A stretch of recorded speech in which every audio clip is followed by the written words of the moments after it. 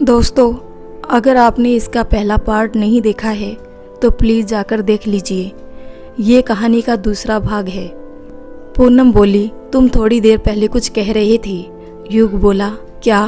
पूनम बोली, मुंह बंद रखने के बारे में। युग बोला, मतलब? मैं कुछ समझा नहीं। पूनम बोली, तुम कह रहे थे कि मैं अपना मुंह बंद रखूं, वरना एक ही तरीका है मुंह बंद करने का, क्योंकि तुम्हारे दोनों हाथ बिजी थे तो तुम मेरा मुंह बंद कैसे करते? युग हंसने लगता है, तुमने मेरी बात का मतलब नहीं समझा क्या? मन में झल्ली कहीं की। पूनम से, तुम ही सोच के बताओ ना। पूनम बोली, अगर मुझे समझ में आया होता मैं तुमसे पूछती ही क्यों? युग बोले, ओके ओके, तुम खुद ही सोचो। मैंने दोनों हाथ से तुम्हें उठा रखा था तो एक ही तरीका था। फिर अपने होठों पर उंगली रखता है। पूनम उसे देखती है, फिर कुछ सोचती है, फिर अपनी आंखें बड़ी बड़ी करके देखने लगती है। युग जो मुस्कुराते हुए कब से उसके एक्सप्रेशन देख रहा था, उसे अपनी तरफ देखता पाकर अपनी एक आंख दबा दी। पूनम दूसरी तरफ मुंह करके मुस्कुराने लगती है। पता नहीं क्यों उसे ये सब अच्छा लग रहा था। उसका हाल तो ऐसा था जैसे वो अपना छोटा सा मुंह लेके जमीन में घुस जाए। उसका पूरा चेहरा लाल हो जाता है, जिसे देख युग उसे कहता है। युग बोला, तुम शर्मा रही हो, इसका मतलब मैं क्या समझूं? पूनम बोली, कुछ नहीं, तुम बहुत बुरे हो। पूनम उठती है और 2 कदम चलते ही उसके पैर दर्द की वजह से लड़खड़ा जाते हैं। वो जैसे ही गिरने वाली होती है वैसे ही 2 मजबूत हाथ उसे पकड़ लेते हैं। युग और पूनम दोनों कुछ देर एक दूसरे की आंखों में खोए हुए रहते हैं। दोनों की धड़कनें बुलेट ट्रेन जैसी दौड़ने लगती है। शाम की ठंडी हवाएं दोनों को छूकर निकल रही थी। तभी ये गाना बजता है। गाना बंद होते ही दोनों को होश आता है और दोनों सीधे खड़े होते हैं तो देखते हैं कि वॉचमैन फोन पर बातें करते हुए अंदर जा रहा है। दरअसल ये गाना वॉचमैन के मोबाइल का रिंगटोन था। फोन उठाते ही वॉचमैन की आवाज़ से दोनों होश में आते हैं। युग धीरे से कहता है, मैं हमेशा जो साहिल के रोमांटिक सीन पर करता हूँ, आज वो मेरे साथ हो रहा है। पूनम बोली, कुछ कहा तुमने? युग बोला, नहीं, चलो डॉक्टर के पास चलते हैं। युग पूनम को डॉक्टर के पास ले जाता है। वही दूसरी तरफ इस कहानी के हीरो मतलब साहिल अपनी हीरोइन साक्षी को ढूंढने के लिए निकल पड़ते हैं। कुछ देर बाद एक लड़की बीच समुद्र किनारे पर खड़े बड़े से पत्थर पर बैठी पानी की लहरों को देखे जा रही थी। सूरज भी ढलने को था। उसकी रोशनी उठती लहरों पर पड़ रही थी जो उस पानी को और चमकीला बना रही थी। लड़की के बाल खुले थे जिससे शाम की ठंडी हवाएं उसके बालों को छूकर निकलती और मुंह पर आ रहे बालों को अपने कान के पीछे करती। उसका मन उदास था, इसलिए अपने कानों में ईयरफोन लगाए गाने सुन रही थी। शायद ऐसा करने से उसके मन को सुकून मिलता। तभी एक लड़का आया और उसके बगल में बैठ गया। लड़की ने एक नज़र उसे देखकर कहा, यहाँ क्यों आए हो? तुमसे माफ़ी मांगने, सॉरी, बोलते हुए लड़के ने कान पकड़ लिए। क्यों, आज कियारा नहीं मिली क्या जो मेरी माफ़ी की ज़रूरत पड़ गई? लड़की ने कहा। लड़की का हाथ पकड़ते हुए, देखो साक्षी, प्लीज़ मुझे माफ़ कर दो। जो कुछ भी हुआ वो सब अनजाने में हुआ। मैंने कुछ भी जानबूझकर नहीं किया और कियारा से मेरा कुछ लेना देना नहीं है। वो तो बस तुम्हें जेलस फील कराने के लिए। साक्षी बोली, मुझे कुछ नहीं पता साहिल, जाओ यहाँ से। अपना हाथ छुड़ाने लगती है लेकिन साहिल उसे खींच अपने और करीब कर लेता है। साक्षी के दोनों हाथ उसकी चेस्ट पर होते हैं और साहिल के दोनों हाथ उसके कंधे पर, क्योंकि हाथ छुड़ाते समय साक्षी का बैलेंस बिगड़ता है और वो गिरने वाली होती है और साहिल उसे पकड़ लेता है। दोनों एक दूसरे में खो जाते हैं लेकिन साक्षी का ईयरफोन उसके मोबाइल से अलग होकर गिर जाता है। तभी साक्षी का फ़ोन बजता है और दोनों अपनी सेंस में आते हैं और अलग होते हैं। साक्षी फ़ोन उठाकर बात करने लगती है। साहिल सोचता है, युग यहाँ नहीं, फिर भी गाना बजना ही था क्या? बात खत्म करके साक्षी साहिल को देखती है जो उसे ही देखकर मुस्कुरा रहा था। साक्षी बोली, ये सब क्या है साहिल? जब हमारे बीच कुछ है ही नहीं तो रिश्ता कैसा? और तुमने ये सब कब किया? देखो, तुम अपनी लाइफ में बिल्कुल आज़ाद हो और तुम कुछ भी करो, मुझे उससे कुछ लेना देना नहीं है। Now can you go from here? I want to spend some time with Arijit Singh. Sahil Sakshi के दोनों हाथ पकड़कर गुस्से में, मैं यहाँ अपनी होने वाली पत्नी से बात करने आया हूँ, किसी अरिजीत की फैन से नहीं। साहिल के मुंह से पत्नी शब्द सुनकर साक्षी की आंखें नम हो जाती है और वो उसकी बातों में खो जाती है। साक्षी बोली, क्या कहा तुमने, पत्नी? साहिल उसकी आंखों में देखते हुए, हाँ पत्नी, मैं तुमसे शादी करना चाहता हूँ साक्षी। तुम्हें अपना बनाना चाहता हूँ, तुम्हारे हर सुख दुख का साथी बनना चाहता हूँ, तुम्हारा साथ मैं जीवन भर के लिए चाहता हूँ। क्या तुम मेरी जीवन साथी बनोगी? साक्षी बोली, जब तुमने पहले से ही सब कुछ डिसाइड कर लिया है तो मुझसे पूछने का क्या मतलब है साहिल? साहिल बोला, क्या मतलब? मैं कुछ समझा नहीं, तुम क्या कहना चाहती हो? साक्षी बोली, यही, जब मन किया एक के साथ टाइम बिताया, उससे मन भर गया तो दूसरी, दूसरी से मन भर गया तो तीसरी, और फिर न जाने और कितनी। तुम जैसे लड़कों को मैं अच्छे से जानती हूँ, बड़े लोग और बड़े बड़े शौक। साहिल हैरानी से, ये तुम क्या कह रही हो साक्षी, तुम होश में तो हो? साक्षी बोली, हाँ जी बिल्कुल, बिल्कुल होश में रहकर ही बोल रही हूँ मैं। मुझे तुमसे कोई शादी वादी नहीं करनी, और आज के बाद मुझे अपनी शक्ल मत दिखाना, समझे? चले जाओ यहाँ से। साहिल उसे बहुत समझाने की कोशिश करता है, लेकिन साक्षी समझने के लिए तैयारी नहीं थी। साहिल दुखी हो जाता है और अपने मन में सोचता है, इससे अभी बात करके कुछ मतलब नहीं, अभी बहुत गुस्से में है, लेकिन ये ऐसे अचानक क्यों बिहेव कर रही है, कुछ समझ में नहीं आया। तभी वो साक्षी से बोलता है, ठीक है, तुम चाहती हो तो मैं चला जाता हूँ, लेकिन एक बात याद रखना, मैं दोबारा तुम्हें कभी नहीं दिखूंगा, मैं फिर कभी वापस लौटकर तुम्हारे पास नहीं आऊँगा। यह बोलते समय उसका गला भर जाता है, आंखें नम हो जाती है, जैसे वो अभी रो देगा, लेकिन वो अपने आंसुओं को काबू में करता है।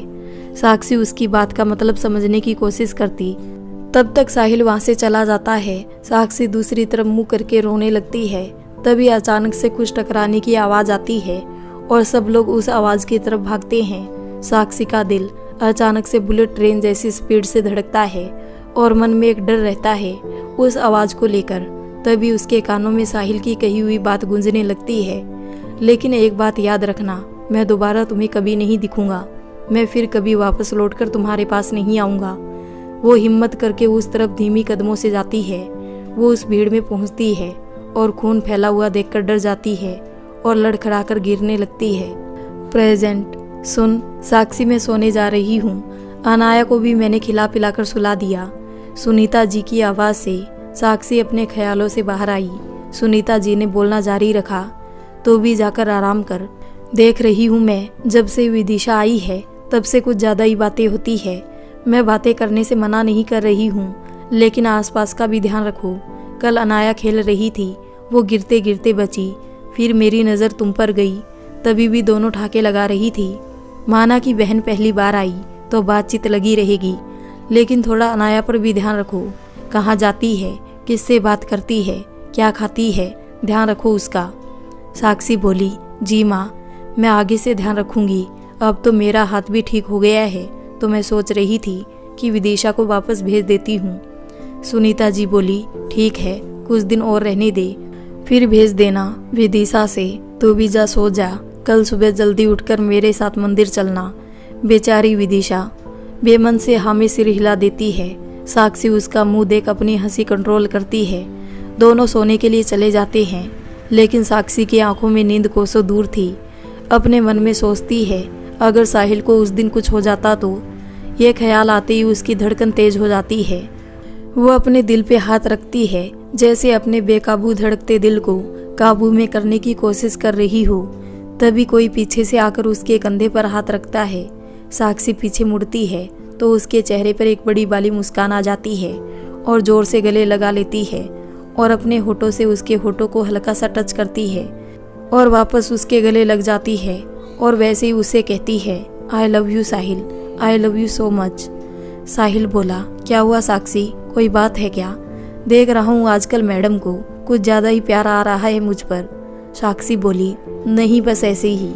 अपने दोनों हाथ साहिल के गले में डालते हुए, कुछ होगा तभी प्यार आएगा क्या? मैं तो रोज़ प्यार दिखाती हूँ, बस तुम्हें ही नहीं दिखता। साक्षी ने शिकायती मन से कहा तो साहिल ने उसे अपनी गोद में उठा लिया और बेड पर ले जाने लगा। साहिल साक्षी को बेड पर लाकर लिटा देता है और उसके ऊपर आ जाता है, फिर फोरहेड पर किस करता है, फिर उसके बगल में लेट जाता है। साक्षी उसे घूर कर देखती है तो साहिल कहता है, पहले एक बार पूरी तरह से ठीक हो जाओ, फिर मैं अपना प्यार दिखाऊंगा तुम्हें। ये सुनते ही साक्षी शर्म से अपना मुंह साहिल के सीने में छुपा लेती है। दोनों कुछ देर ऐसे ही एक दूसरे की बाहों में रहते हैं। साक्षी को महसूस होता है साहिल कुछ हरकत नहीं कर रहा है। वो अपना सिर उठाकर देखती है तो साहिल सो चुका होता है। वो साहिल को ऐसे प्यार से देखती है, सोते हुए कितना क्यूट लग रहा है। उसके चेहरे पर एक अलग ही सुकून है। शायद साक्षी के उसके इतने पास होने का सुकून है उसके चेहरे पर। उसकी गर्म सांसें साक्षी अपने चेहरे पर महसूस कर रही थी। वो साहिल से अलग होने की कोशिश करती है, लेकिन साहिल की पकड़ नींद में भी इतनी मजबूत थी कि वो खुद को छुड़ा नहीं पाई। उसको कसम साथी महसूस करते ही साहिल नींद में ही कहता है, मुझसे दूर जाने की सोचना भी मत। I love you Sakshi, I love you so. Sakshi समझ जाती है कि साहिल फिर से गहरी नींद में चला गया। वो ऐसे ही उसकी बाहों के घेरे में लेटी रहती है और फिर अपनी पुरानी यादों में खो जाती है। फ्लैशबैक। वो उस भीड़ में पहुंचती है और खून फैला हुआ देखकर डर जाती है और लड़खड़ाकर गिरने लगती है। अपने आप को संभालते हुए वो रोते रोते किसी से उस आदमी के बारे में पूछती है जिसका एक्सीडेंट होता है। तो वो आदमी बोलता है, मैडम आदमी नहीं औरत का एक्सीडेंट हुआ था। 2 लोग उसे लेकर पास के ही सिटी हॉस्पिटल लेकर गए हैं। इतना सुनते ही वो राहत की सांस लेती है, लेकिन उसकी आंखों में आंसू लगातार बह ही रहे थे। फिर वो ये वहाँ देखती है किसी चीज़ से टकराकर गिरती। उससे पहले ही कोई आकर उसको दोनों बाजुओं से पकड़ लेता है, उसे संभालता है, बोलता है, अरे अरे साक्षी संभाल कर, ध्यान कहाँ है तुम्हारा। ये आवाज़ सुनते ही साक्षी का ध्यान उस शख्स की ओर जाता है जिसने उसे गिरने से बचाया। साक्षी अपने सामने साहिल को देखकर रोने लगती है और उसके गले लग जाती है। साहिल उससे कुछ नहीं कहता, बस वैसे ही बुत बना खड़ा रहता है। उसे समझते देर नहीं लगती कि साक्षी ऐसा रिएक्ट क्यों कर रही है। थोड़ी देर बाद साक्षी जब शांत होती है तो महसूस करती है कि साहिल कुछ रिएक्ट नहीं कर रहा।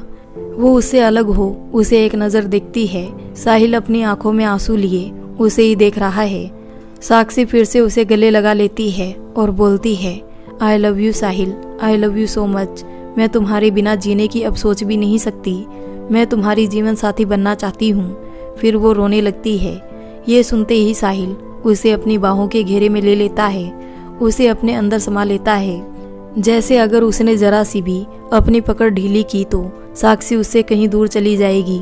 वो बोलता है, मैं तो इस दिन का कब से इंतज़ार कर रहा था, लेकिन तुमने कुछ ज़्यादा ही इंतज़ार करवा दिया। कोई बात नहीं, अब वो दिन आ ही गया जब तुमने मुझसे अपने दिल की बात कह दी। और देखो तुम मेरे इतने पास हो कि अब तुम कहीं दूर जा ही नहीं सकती, और अगर जाना भी चाहो तो मैं तुम्हें कभी नहीं जाने दूंगा। इतना कहकर साक्षी को अपने हाथों से और कस लेता है। थोड़ी देर बाद दोनों वापस उसी पत्थर पर आकर एक दूसरे का हाथ पकड़कर बैठ जाते हैं। सूरज ढल चुका था, लेकिन उसकी लालिमा अभी भी आसमान में फैली हुई थी। साक्षी को अचानक कुछ याद आता है तो वो साहिल से पूछती है, साहिल तुमने ये सब कब किया, मतलब शादी? और तुम्हारी माँ ने हाँ बोल दिया? साहिल बोला, हाँ वो मान गई है, तुम उनकी टेंशन मत लो। उनका सिर्फ व्यवहार कठोर है, उनका मन एकदम मासूम बच्चे के जैसा है, बिल्कुल साफ। कुछ सोचते हुए, 1 मिनट, तुमने मुझे बड़े लोग और बड़े बड़े शौक कहा था ना, तुम्हें कैसे पता कि मैं?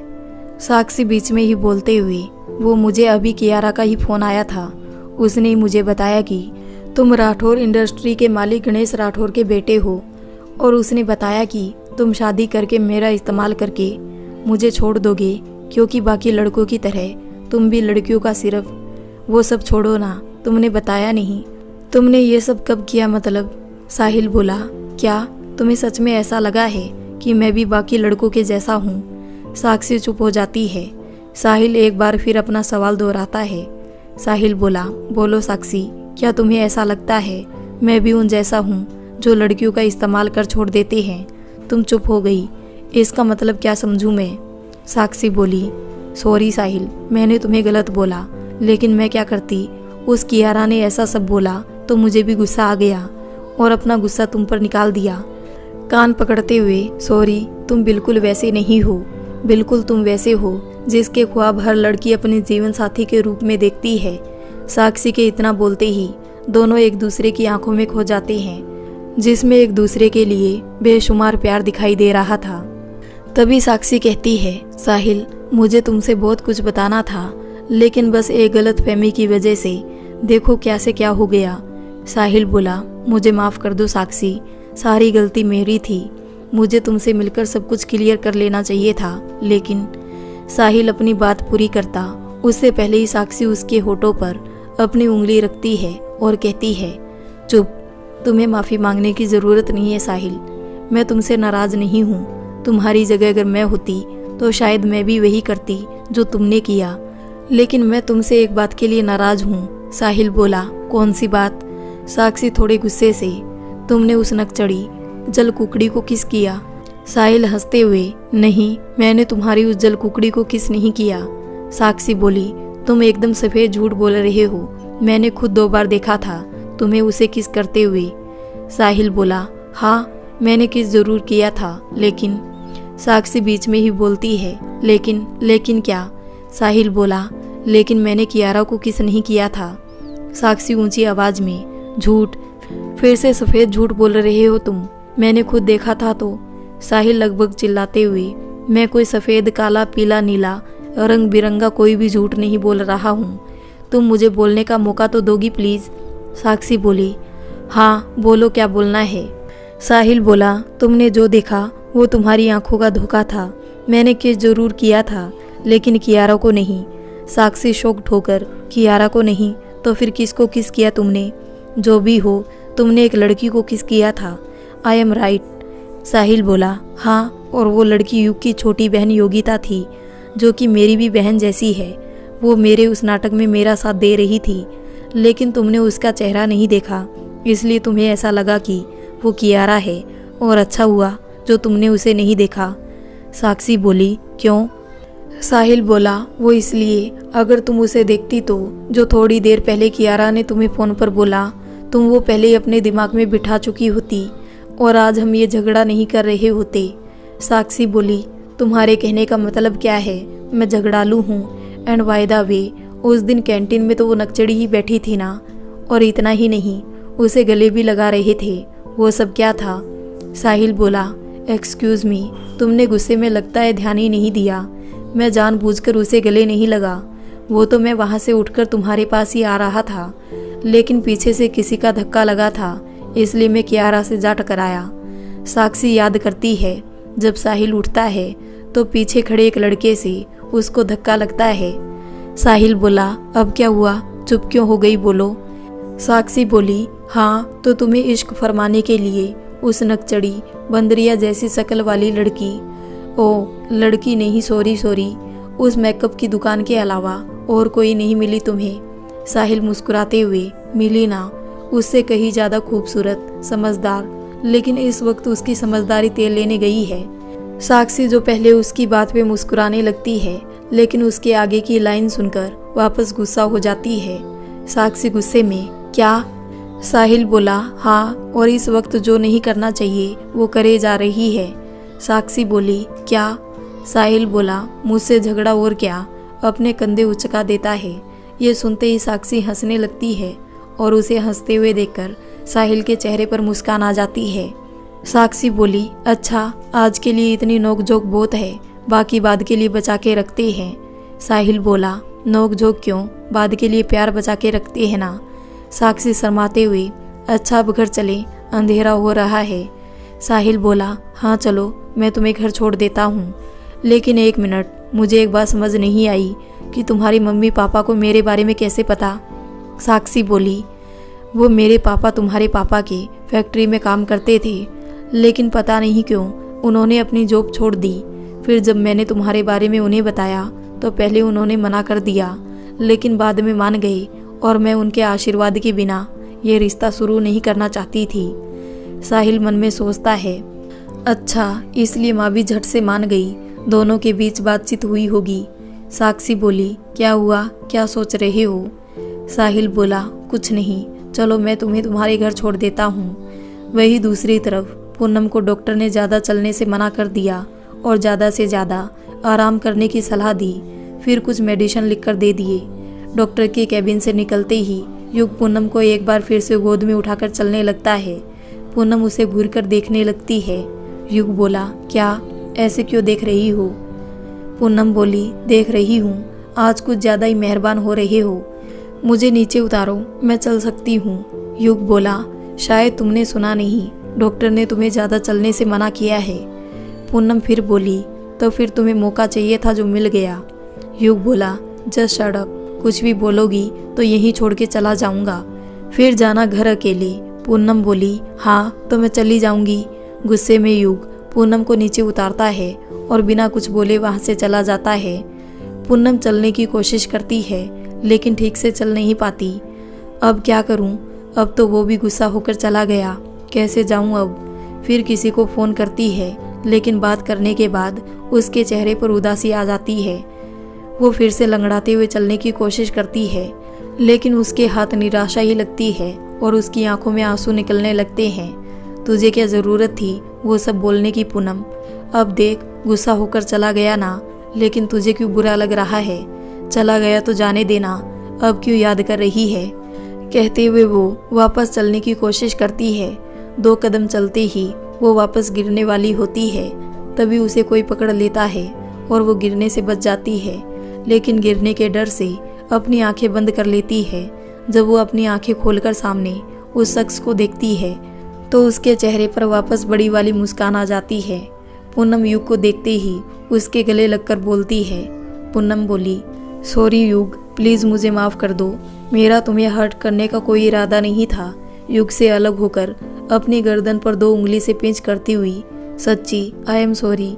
युग पूनम की इस मासूमियत पर पिघल जाता है और हंसने लगता है और पूनम से कहता है, घर चलें अब। पूनम जल्दी से हाँ में सिर हिलाती है और अपने दोनों हाथ फैला देती है। युग उसे गोद में उठाता है और घर की तरफ चल देता है। रास्ते में गाड़ी चलाते हुए युग पूनम को खामोश देखकर उसे पूछता है, क्या हुआ, आज इतनी शांत क्यों हो। पूनम बोली, कुछ नहीं, बस ऐसे ही।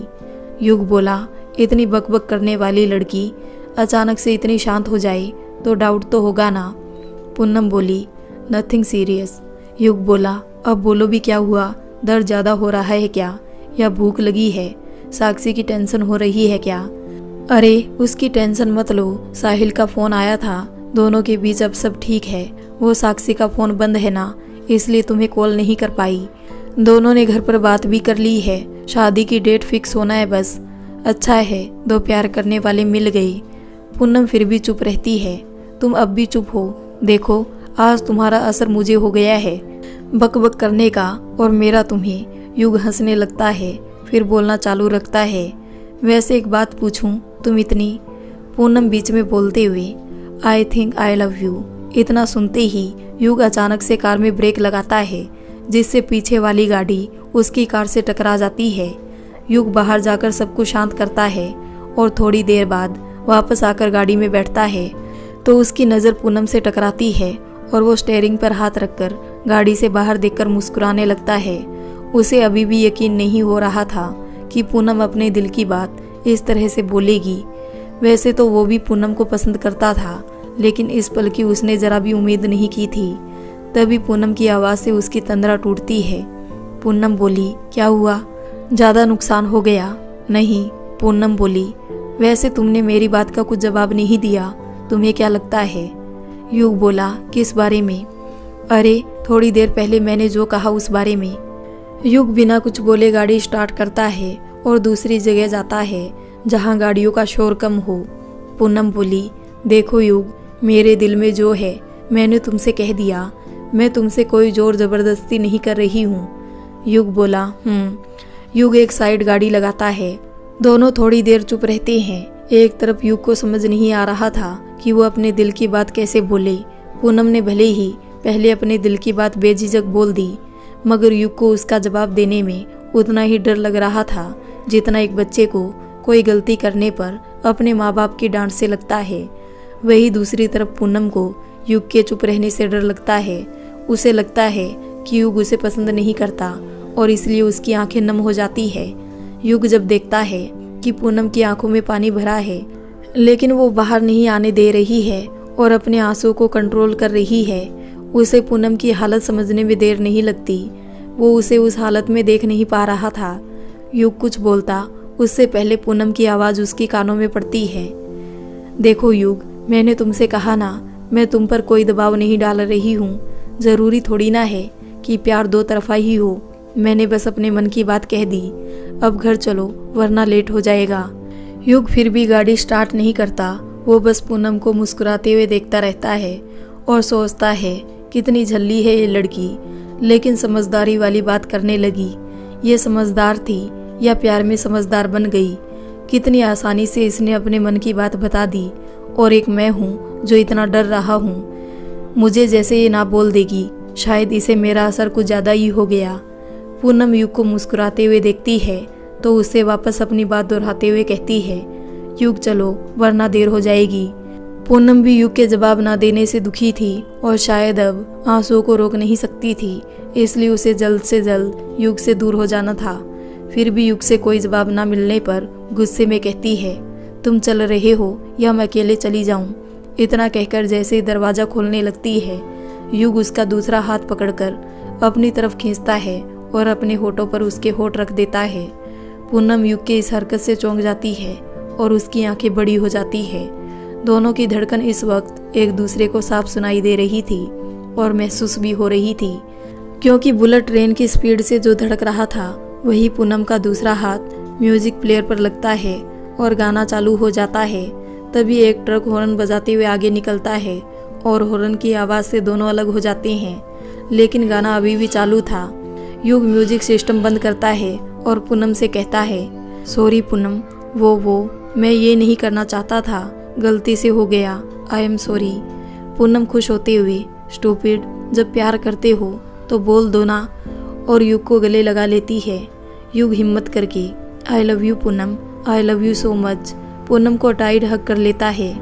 पूनम बोली, आई लव यू टू युग। अलग होते हुए, स्टूपिड, कोई इतना टाइम लगाता है क्या बोलने में? जब लड़की ने पहले बोल दिया फिर भी, वैसे तो मुझे झल्ली बोलते हो और खुद देखो एक नंबर के फट्टू हो। युग बोला, हाँ तुम सही बोल रही हो, अभी भी बहुत हिम्मत करके बोला, और पूनम को फिर से गले लगा लेता है। दोनों कुछ देर ऐसे ही रहते हैं और फिर अलग होते हैं। युग बोला, वैसे तुमने एक बात नोटिस की? पूनम बोली, कौन सी बात? युग बोला, ये गाना जो अभी चल रहा था ये दूसरी बार था। पूनम भी याद करती है, उस दिन गार्डन में भी यही गाना चल रहा था। याद करते ही हंसने लगती है और युग भी हंसने लगता है। दोनों फिर घर के लिए निकलते हैं और घर पहुंचते ही युग पूनम को फिर से गोद में उठाकर अंदर ले जाता है। घर क्या देखने में विला ही था। अंदर जाते ही पूनम के माँ पापा उन दोनों को देखकर हैरान परेशान हो जाते हैं। युग पूनम को बेडरूम में ले जाकर बेड पर लिटा देता है।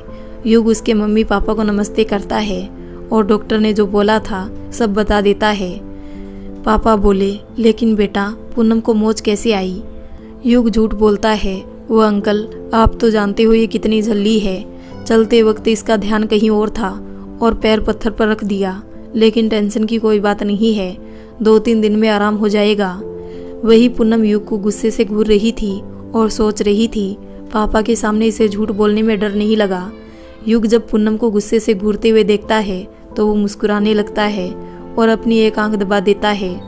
पापा बोले, ठीक है बेटा, हम ध्यान रखेंगे पूनम का, और आपका बहुत बहुत शुक्रिया, आप पूनम को घर तक ले आई। माँ बोली, हाँ बेटा, थैंक यू सो मच, आपने इतना ध्यान रखा पूनम का। युग बोला, अरे अंकल आंटी, आप बेटा भी बोल रहे हो और थैंक यू बोलकर अगले ही पल पराया भी कर रहे हो। कोई बात नहीं, अब मैं चलता हूँ।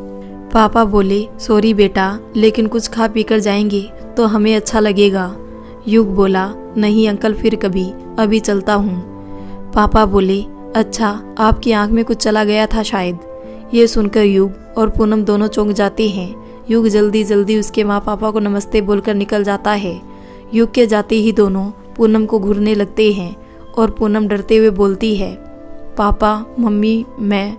पापा बीच में टोकते हुए, कल उस लड़के के माँ पापा को घर बुलाना, हमें ज़रूरी बात करनी है, इसी बहाने हम उस लड़के से दोबारा मिलेंगे। न जाने क्यों पहली मुलाकात में ही उसे बार बार मिलने का मन कर रहा है, कहकर मुस्कुराते हुए वहाँ से चले जाते हैं। ये सुनते ही पूनम भी बहुत खुश होती है। अगले ही दिन युग और उसके मम्मी पापा पूनम के घर जाते हैं। धीरे धीरे दोनों के रिश्ते की बात होती है और दोनों की शादी तय हो जाती है। कुछ दिन ऐसे ही चलता है। साक्षी साहिल भी उन दोनों के बारे में जानकर खुश होते हैं, लेकिन शादी तो सेटल होने के बाद ही होनी थी, इसलिए चारों अपना ग्रेजुएशन और पीजी भी पूरा करते हैं, जिस वजह से चारों की अच्छी नौकरी लग जाती है। साक्षी और साहिल को इंतज़ार था तो बस कब दोनों एक दूसरे के पास हो और हर सुबह उठते ही एक दूसरे का चेहरा देखे और रात को एक दूसरे की बाहों में सोए। वही दूसरी तरफ युग और पूनम का भी यही हाल होता है।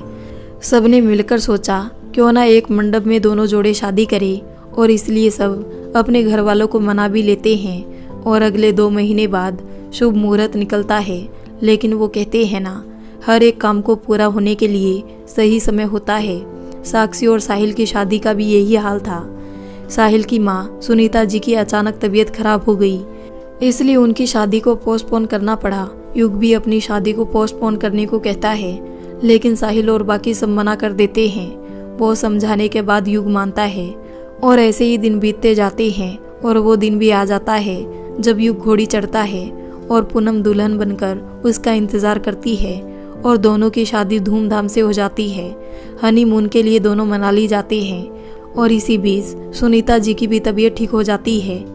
सुनीता जी की तबीयत ठीक होने के बाद वो भी अपने बड़े बेटे साहिल की शादी की तैयारियों में जुट जाती है। सब बहुत खुश होते हैं और धूमधाम से साक्षी और साहिल के प्यार के सफ़र में आए नए मोड़ मतलब शादी की तैयारियां करते हैं। देखते ही देखते वो दिन भी आता है जिसका साक्षी और साहिल बेसब्री से इंतज़ार करते हैं। साहिल दूल्हा बन घोड़ी चढ़ता है और चल पड़ता है अपनी दुल्हनिया को लेने, जिसका साक्षी इस पल का न जाने कितने पलों से इंतज़ार कर रही थी। दोनों मंडप में बैठते हैं और सभी रस्मों रिवाजों से दोनों की शादी संपन्न हो जाती है। दोनों सभी बड़ों का आशीर्वाद लेते हैं। तभी एक आवाज़ सबका ध्यान अपनी तरफ खींचती है, तुम दोनों ने सभी बड़ों का आशीर्वाद लिया है ना, या अभी भी कोई बाकी है? प्रेजेंट। साहिल फिर से कसम खाने लगता है तो साक्षी अपने अतीत के ख्यालों से बाहर आती है। साहिल साक्षी को जगा हुआ देखकर कहता है, साक्षी सो जाओ, सुबह जल्दी उठना है, इंडस्ट्री भी जाना है, कुछ काम है वहाँ। दोनों दुनिया से बेखबर एक दूसरे की बाहों के घेरे में नींद के आगोश में चले जाते हैं। सुबह साक्षी जल्दी उठ जाती है और सबके लिए चाय नाश्ता बनाती है। विदिशा भी साक्षी की मदद करती है। साहिल जल्दी जल्दी अपना नाश्ता ख़त्म कर जाने लगता है और साक्षी से कहता है, आज ऑफिस से छुट्टी ले लिया है क्योंकि इंडस्ट्री में कुछ प्रॉब्लम आ गई और उसको सॉल्व करते शायद रात हो जाएगी, तो मेरा इंतज़ार मत करना और खाना खा लेना। साक्षी बस हाँ में सिर हिला देती है। साहिल के जाने के बाद विदिशा उससे पूछती है, दी कल तो मैं चली जाऊंगी, फिर आप कैसे करोगे सब? साक्षी बोली, हाँ तो मैं कौन सा अकेली करती रहती हूँ सब, माँ जी है, साहिल है और देवर भी तो है, सब मदद करते रहते हैं।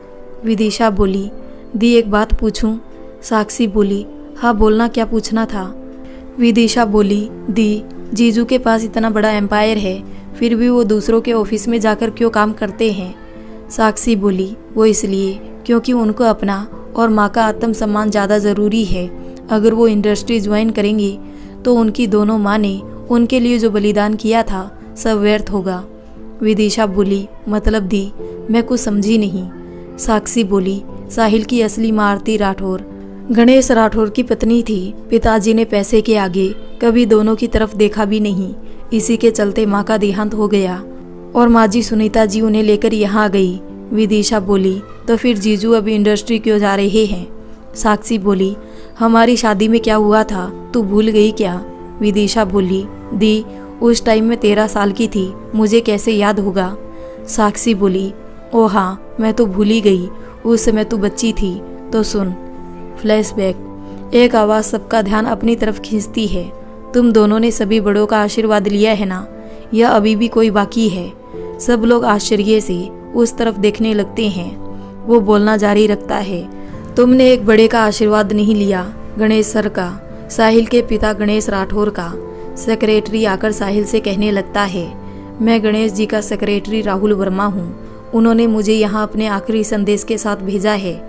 ये सुनकर वहाँ मौजूद सभी लोगों को धक्का लगता है सिवाय साहिल के। साहिल गुस्से में मुट्ठी भींचते हुए, मुझे कोई फर्क नहीं पड़ता, कोई भी संदेश हो, आप यहाँ से बाइज्जत चले जाइए, वरना बाहर का रास्ता दिखाना मुझे आता है। राहुल बोला, देखिए मैं यहाँ बस अपना काम करने आया हूँ, तो बेहतर होगा मुझे वही करने दीजिए। सुनीता जी बोली, कौन सा संदेश भिजवाया है उन्होंने? राहुल बोला, अपनी वसीयत, जो उन्होंने सिर्फ राहुल और साक्षी के लिए बनवाया है। साहिल बोला, हमें कोई वसीयत नहीं चाहिए, प्लीज़ आप यहाँ से जाइए। राहुल बोला, ठीक है मैं चला जाऊँगा, लेकिन गणेश जी अभी भी हॉस्पिटल में है, उनके पास ज़्यादा वक्त नहीं है और वो अब आपसे मिलना चाहते हैं। जानता हूँ आप लोग नफरत करते हैं उनसे, लेकिन मरते हुए आदमी की आखिरी इच्छा तो दुश्मन भी पूरा करता है। आप लोग तो फिर भी उनके अपने हो। नमस्ते। साक्षी बोली, साहिल मुझे लगता है एक बार तुम्हें पिताजी से मिल लेना चाहिए। राहुल गुस्से से, और तुम्हें ऐसा क्यों लगता है? साक्षी बोली, देखो गुस्सा मत करो, वो अपने जीवन के आखिरी पड़ाव पर है और इस समय हर किसी को सबसे पहले अपना परिवार ही याद आता है। परिवार का मुखिया एक पेड़ की तरह होता है जिसकी छांव के नीचे अनगिनत घास और पौधे जन्म लेते हैं।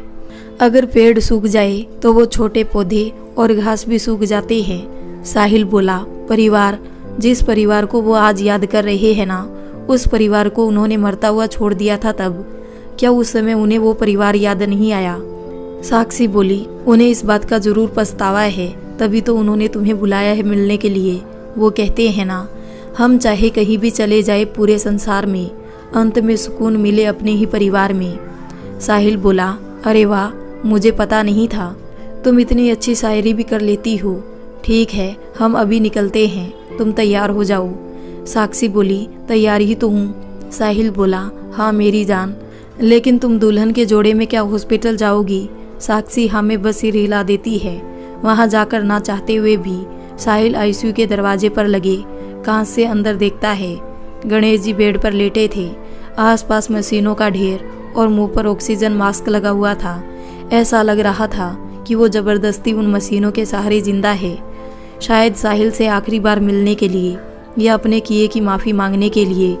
साहिल दरवाज़ा खोलकर धीरे धीरे अंदर जाता है और उसे ऐसा लग रहा था जैसे वो फिर से अपने बचपन में जा रहा है, लेकिन कभी उसने अपने पिता को देखा ही नहीं। देखा था, लेकिन तब उसे इतना होश कहाँ था। देखा था तो बस फोटो और अखबारों में, जहाँ अक्सर उनकी फ़ोटो छप जाती थी। जब से होश संभाला तब से सामने सुनीता जी को ही पाया, अपनी माँ के रूप में और पिता के रूप में भी।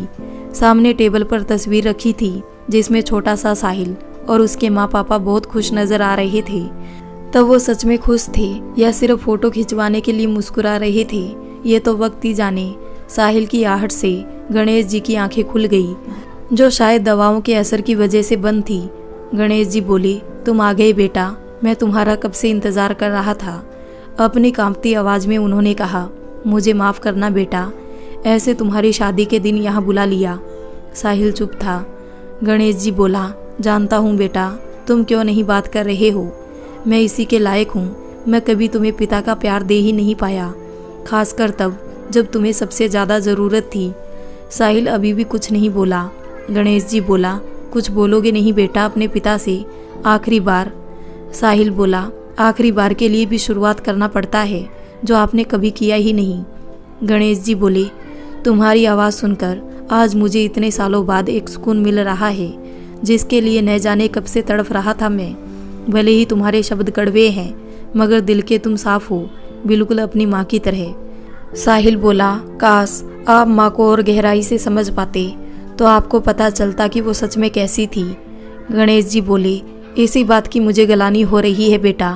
अपने परिवार के लिए पैसे कमाते कमाते मैं इतना अंधा हो गया कि मुझे अपना परिवार ही नहीं दिखाई दिया।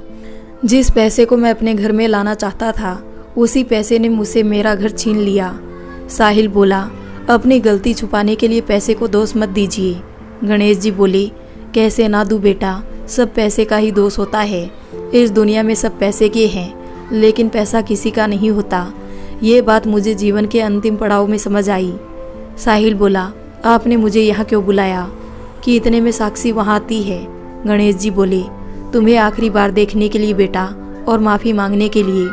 मुझे माफ़ कर दो बेटा, मैं तुम दोनों का कसूरवार हूँ। और साहिल बोला, और गणेश जी बोले, मैं चाहता हूँ मेरा अंपायर वो तुम संभाल लो। फीकी हंसी हंसते हुए साहिल बोला, अभी अभी आप पैसे का बड़ा ज्ञान दे रहे थे, उसका ही दोष बता रहे थे, और अब आप चाहते हैं कि मैं आपका अंपायर संभाल लूं। जिसकी वजह से मैंने अपनी माँ को खोया और अपने बाप को भी। गणेश जी बोले, नहीं बेटा, ऐसे मत बोलो, मेरे बरसों की मेहनत लगी है उसमें। गणेश जी कुछ भी बोलते इससे पहले मशीन की बीप बीप की आवाज़ सुनाई देती है। साहिल गणेश जी की बातें सुने बिना ही चुपचाप वापस जाने के लिए मुड़ता है, लेकिन गणेश जी उसे आवाज़ देते हैं। गणेश जी बोले, मैंने वसीयत में सब कुछ लिखा है इस बारे में, बाद में तुम्हें मेरा वकील श्याम सक्सेना सब कुछ बता देगा, इससे ज़्यादा मैं कुछ नहीं बता पाऊँगा। अब मेरा वक्त आ गया है बेटा, हो सके तो मुझे माफ़ कर देना। अपना, साक्षी का और सबका ध्यान और मशीन के एक लंबे विप के साथ वो मशीन बंद हो गई, जो इस बात का सबूत दे रही थी कि उसके साथ साथ गणेश जी की भी सांसें बंद हो गई।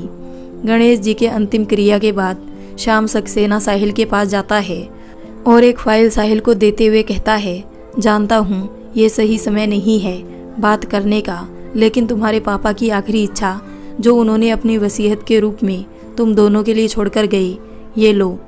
साहिल बोला, लेकिन हमें कोई वसीयत, कोई ज़मीन जायदाद या एम्पायर नहीं चाहिए। श्याम बोला, तो तुमसे किसने कहा कि ये सब कुछ तुम्हें मिल रहा है? हाँ, बस नाम के लिए सिर्फ तुम दोनों का है। साहिल बोला, तो फिर ये वसीयत हमें देने का क्या मतलब? श्याम बोले, तुम पहले मेरी पूरी बात तो सुनो। साहिल बोला, सॉरी, कहिए क्या कह रहे थे आप? श्याम बोले, गणेश जी ने अपनी वसीयत में ये लिखवाया है कि तुम दोनों की मतलब साहिल और साक्षी के संतान जब तक 21 वर्ष का नहीं हो जाता तब तक इस एम्पायर से जो भी मुनाफा होगा वो सब चैरिटी में दिया जाएगा, पर जब उसका बच्चा 21 साल का हो जाएगा तब वो कानूनी तरीके से कंपनी का मालिक बन जाएगा, लेकिन कंपनी का 51% ही उसके हिस्से में होगा और बाकी के 49 चैरिटी को दिया जाएगा। साहिल बोला, लेकिन जैसे मैं इस कंपनी का भागीदार नहीं बनना चाहता हूँ, वैसे हमारा बच्चा भी इस कंपनी में बिल्कुल भी भागीदार नहीं होगा। श्याम बोले, देखो साहिल, गणेश जी ने मुझसे जो वसीयत बनवाई थी वो मैंने तुम्हारे सामने रख दी है, और आगे जो भी फैसला लेना है वो तुम्हें लेना है। तो ये तुम्हारा फैसला होगा कि उस एम्पायर के साथ क्या करना है, और वैसे भी बहुत भूखे भेड़िए मुंह फैलाए बैठे हैं कंपनी को हड़पने के लिए। अगर तुमने कुछ नहीं किया तो कंपनी गलत हाथों में भी जा सकती है। साहिल बोला, मतलब कौन?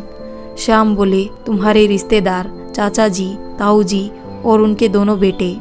साहिल बोला, ठीक है, जैसा वसीयत में लिखा है। पूरा मुनाफा चैरिटी में दिया जाएगा, तो मैं कंपनी में बतौर कर्मचारी काम करूंगा, ताकि कंपनी में और कोई गड़बड़ घोटाला ना हो पाए, ताकि जो चैरिटी में जाने वाला पैसा है वो चैरिटी में ही जाए, और साथ ही साथ कंपनी पर कोई भी मुसीबत आएगी तो मैं उसे हैंडल करूंगा, क्योंकि इस कंपनी ने ना सिर्फ मुझसे मेरी माँ को छीना है, बल्कि अब मेरे पापा को भी मुझसे छीन लिया। और रही बात बच्चे की, तो ये उसका फैसला होगा। श्याम बोले, ठीक है, फिर तो जैसा तुम्हें ठीक लगे तुम वैसा करो, मैं चलता हूँ, ज़रूरत पड़ी तो याद करना, नमस्ते। वर्तमान में और तब से लेकर आज तक साहिल इंडस्ट्री में मालिक नहीं बल्कि कर्मचारी बनकर काम करता है। ऐसा कर्मचारी जो महीने में 1 या 2 दिन इंडस्ट्री जाता है, वो तब जब कोई समस्या हो। ये बोल साक्षी हंसने लगती है और साथ ही साथ विदिशा भी। विदिशा बोली, वाओ दी, जीजू कितने हैंडसम है, स्मार्ट भी है और कितने अच्छे भी है। एक अच्छे बेटे होने के साथ साथ एक अच्छे पिता भी है और एक अच्छे पति भी। साक्षी बोली, अच्छा, तुझे कैसे पता? विदिशा बोली, जब से मैं आई हूँ तब से देख रही हूँ जीजू आपका कितना ख्याल रखते हैं, आपके हर काम में आपकी मदद करते हैं, वो भी आंटी जी के बिना नज़र में आए ताकि उनको बुरा ना लगे। किसने कहा कि साहिल जब साक्षी की मदद करता है तो मुझे बुरा लगता है? सुनीता जी अंदर आते हुए बोली, मुझे तो बिल्कुल बुरा नहीं लगता, ऐसा लगता है कि ये वो साहिल राठौड़ है जिसे मैंने बड़ा किया, जिसे मैंने संस्कार दिए। अरे हर पति को अपनी पत्नी के काम में मदद करनी चाहिए, इससे ना सिर्फ प्यार बढ़ता है बल्कि दोनों का रिश्ता भी मजबूत बनता है। अच्छा है कि वो दूसरा गणेश राठौड़ नहीं बना, नहीं तो मेरी साक्षी और मेरी अनाया का क्या होता।